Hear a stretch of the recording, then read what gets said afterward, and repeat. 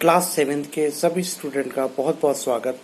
आज हम लेके आए हैं आपके लिए चैप्टर 2 भूगोल का इनसाइड आवर अर्थ, यानी हमारी पृथ्वी के अंदर। आपने ये देखा होगा पृथ्वी के ऊपर, यानी ऊपर क्या है ये तो आप जो है सब जानते ही हैं। आप ऊपरी परत पर रहते हैं। इसके अलावा जो है पेड़ पौधे और समंदर, ये सारे के सारे जो है ये जितने भी हैं ये आउटर सरफेस पे हैं। लेकिन कभी आपने ये सोचा कि पृथ्वी के अंदर कैसा है, या आपने ये जानने की कोशिश की कि पृथ्वी के अंदर क्या क्या हो सकता है? तो इसके अंदर ढेर सारी जो है सामग्री आपको जो है मिलेगी। इसके अलावा आपने जो है देखा होगा, अगर हम प्याज के छिलके को जो छीलते चले जाएं तो उसमें एक परत होती है, परत दर परत जो है निकलती चली जाती हैं और आखिर में एक छोटा सा पार्ट भी निकलता है। इसी तरह बॉयल एग के अंदर भी अगर आप उसको जो है काटें तो उसके अंदर जो पीला पोर्शन जो होता है जिसे हम योग कहते हैं, वो ये समझ लीजिए कोर। तो इसी तरह पृथ्वी का भी यह कोर है, और कोर से पहले जो है बहुत से आवरण आपको जो है दिखेंगे। ये जो है हम इसी के बारे में जो पढ़ेंगे कि पृथ्वी के अंदर क्या है। तो यानी बहुत सारी चट्टानें, बहुत सारे जो है मतलब इसके अंदर केमिकल, ये सब जो है पृथ्वी के अंदर होते हैं।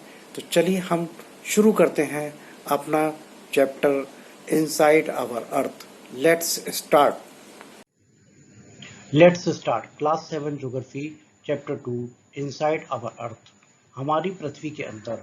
We will learn in this chapter interior of the earth, sial and sima, चट्टानें और खनिज, rocks and mineral, igneous rock, sedimentary rock, metamorphic rocks, rock cycle and facts do you know। ये चित्र जो देख रहे हैं ये है इंटीरियर ऑफ द अर्थ। ये आपको जो नजर आ रहा है ये इनर कोर है, ये आउटर कोर है, ये पेंटल है, और इसके बाद जो ये क्रस्ट जो है आपको नजर आ रहा है। तो ये हमारे पृथ्वी का जो है अंदरूनी भाग है। अगर हम किसी बॉयल एग को जो है कट करें और कट करने के बाद हमें देखें कि जो वाइट पार्ट और जो योक वाला पार्ट जो वो हमको जो दिखाई देता है, या प्याज की जो हम जो छीलते चले जाएं तो प्याज की परतें एक के बाद एक उतरती चली जाती हैं। तो उसी तरह जो है पृथ्वी के अंदर भी जो परतें जो है दिखाई देती हैं, परतें होती हैं अंदर। अगर उनको हम कट करके जो है उनको जो है अध्ययन करें। सबसे पहले बात करेंगे हम crust is about 35 kilometre thin layer, यानी एक 35 किलोमीटर की बहुत ही पतली जो है लेयर होती है। अब आप सोच रहे होंगे 35 किलोमीटर और वो भी इतनी पतली। जी हाँ, वो इसलिए है क्योंकि ये पृथ्वी का जो है अगर जो हम जब मोटाई को देखें तो वो 6000 से ज़्यादा किलोमीटर का जो है वो है। तो उसके मुकाबले में ये 35 किलोमीटर की थिन लेयर ही कहलाती है। ये इसे हम क्रस्ट कहते हैं जिसके ऊपर हम रहते हैं।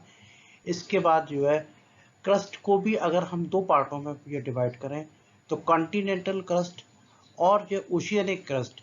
कॉन्टिनेंटल क्रस्ट के ऊपर हम जो है रहते हैं, जितने भी जीव जंतु हैं वो विचरण करते हैं। इसके अलावा ओशियनिक क्रस्ट जो है वो भी, यानी अगर समंदर के तल से अगर हम जो है इसको या वो खुदाई करना शुरू करें तो हमें तकरीबन 5 किलोमीटर जो है हमें जो है गहराई करनी पड़ेगी। तब जो है हम जो है ओशियनिक क्रस्ट के बारे में जो है जान पाएंगे। तो कॉन्टिनेंटल क्रस्ट ये जो है तकरीबन 35 किलोमीटर का बना हुआ होता है, और ये बना होता है सिलिका और एल्युमिनियम, यानी Si प्लस Al, यानी सिलिका और एल्युमिनियम का बना हुआ होता है। जिस परत के ऊपर हम रहते हैं वो सिलिका और एल्युमिनियम का मिक्सचर होता है। इसके बाद ओशियनिक क्रस्ट जो है वो 5 किलोमीटर का होता है तकरीबन, और ये होता है सिलिका मैग्नीशियम। इसे हम Si प्लस Ma कहते हैं। तो ये आपको क्लियर हो गया होगा कि ये सियाल क्या है और सीमा क्या है। ये दोनों कोई बहन भाई नहीं है, बल्कि ये जो है अलग अलग जो है पृथ्वी की संरचना का जो है एक हिस्सा है। अगले भाग में पढ़ेंगे हम मेंटल के बारे में। जो कॉन्टिनेंटल क्रस्ट और ओशियनिक क्रस्ट के बाद जो है पृथ्वी का जो है मेंटल का हिस्सा आता है। पृथ्वी का आवरण यानी mental. Just beneath the crust is the mental. In molten state, magma mantle extend up to a depth of 2,900 km. The innermost layer is the core with a radius of about 3,500 km. It is mainly made up of nickel and iron and is called knife, Ni for nickel and Fe ferrous for iron. Now explanation. The uppermost layer over the Earth's surface is called the crust. It is the thinnest of all the layers. It is about 35 km on the continental masses and only 5 km on the ocean floor. The main mineral constituent of the continental mass are silica and aluminum. It is thus called Sial, silica and alumina. The oceanic crust mainly consists of silica and magnesium. It is therefore called sima, silica and magnesium. Just beneath the crust is the mantle, which extends up to a depth of 2,900 km below the crust. The innermost layer is the core with a radius of about 3,500 km. It is mainly made up of nickel and iron and is called knife, Ni for nickel and Fe for ferrous, that is iron. The central core has very high temperature and pressure. The innermost layer is the core with a radius of about 3,500 km. It is mainly made up of nickel and iron and is called knife, Ni nickel and Fe ferrous. That is, the central core has a very high temperature and pressure. पृथ्वी का सतह का सबसे ऊपर की परत को crust कहा जाता है। यह सभी परतों में सबसे पतला है। यह लगभग 35 किलोमीटर महाद्वीपीय द्रव्यमान पर और केवल 5 किलोमीटर समुद्र के तलों पर। महाद्वीपीय द्रव्यमान के मुख्य खनिज घटक सिलिका और एल्यूमिना हैं। इस प्रकार इसे सियाल, सी सिलिका और अल एल्यूमिना कहा जाता है। समुद्री क्रस्ट में मुख्य रूप से सिलिका और मैग्नीशियम होते हैं, इसलिए इसे सीमा, सिलिका और मैग्नीशियम कहा जाता है। क्रस्ट के ठीक नीचे मेंटल है, जो कि 2,900 किलोमीटर की गहराई तक फैला हुआ है। क्रस्ट के नीचे अंतरतम परत लगभग 3500 किलोमीटर की त्रिज्या के साथ कोर है। यह मुख्य रूप से निकल और लोहे से बना होता है और इसे नाइफ, नी निकल और फे फेरस यानी लोहा कहा जाता है। केंद्रीय कोर में बहुत अधिक तापमान और दबाव होता है। अंतरतम परत लगभग की त्रिज्या के साथ कोर है। 3500 किलोमीटर। यह मुख्य रूप से निकल और लोहे से बना होता है। नाइफ निकल, एफ फेरस यानी लोहा। केंद्रीय कोर में बहुत अधिक तापमान और जो है दबाव होता है। इसी पार्ट से कुछ जुड़े हुए तथ्यों के बारे में हम बता देते हैं, जिससे हम कह सकते हैं facts. The deepest mine in the world is in South Africa. It is about 4 km deep. In search of oil, engineers have dug a hole about 6 km deep to reach the center of the earth, it is not possible. You will have to dig a hole of 6,000 km deep on the ocean floor. The crust forms only 1% of the volume of the earth, that is 84% of consists of the mantle and 15% makes the core. The radius of the earth is 6,371 kilometre.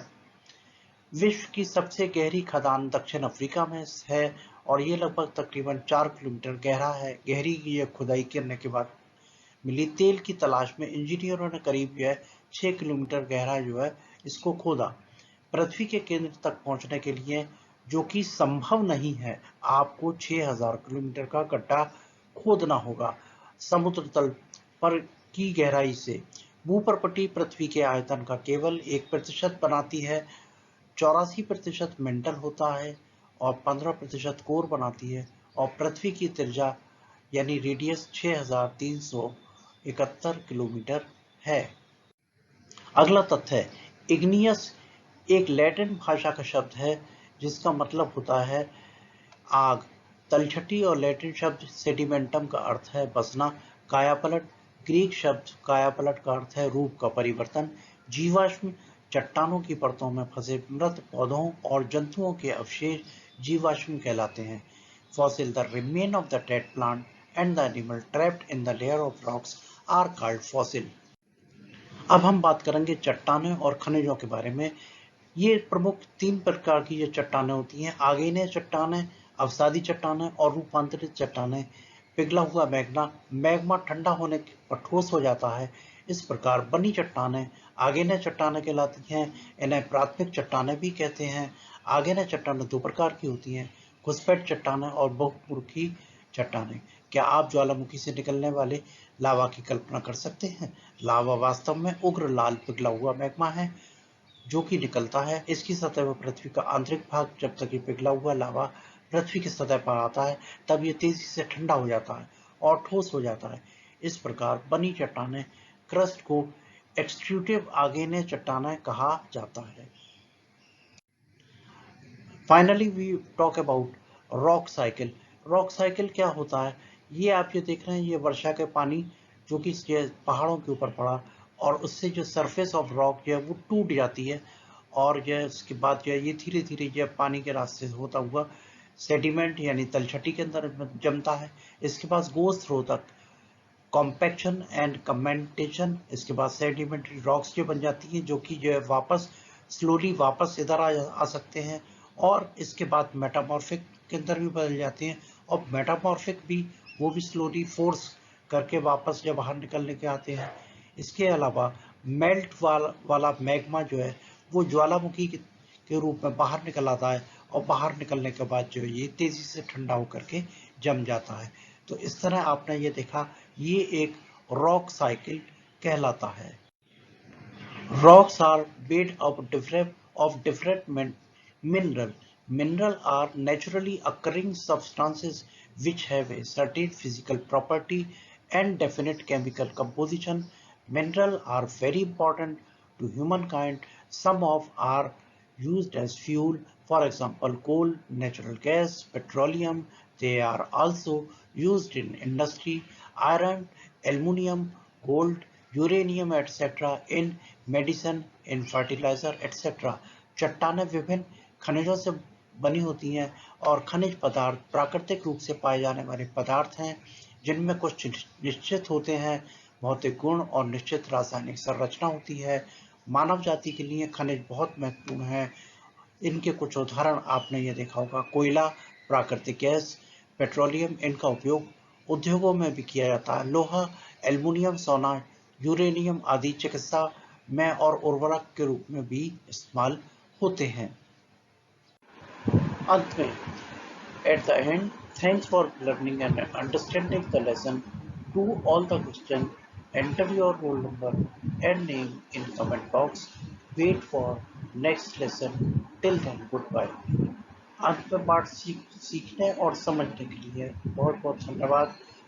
सभी प्रश्न करें, अपना roll number और नाम comment box में दर्ज करें और अगले पाठ की प्रतीक्षा करें।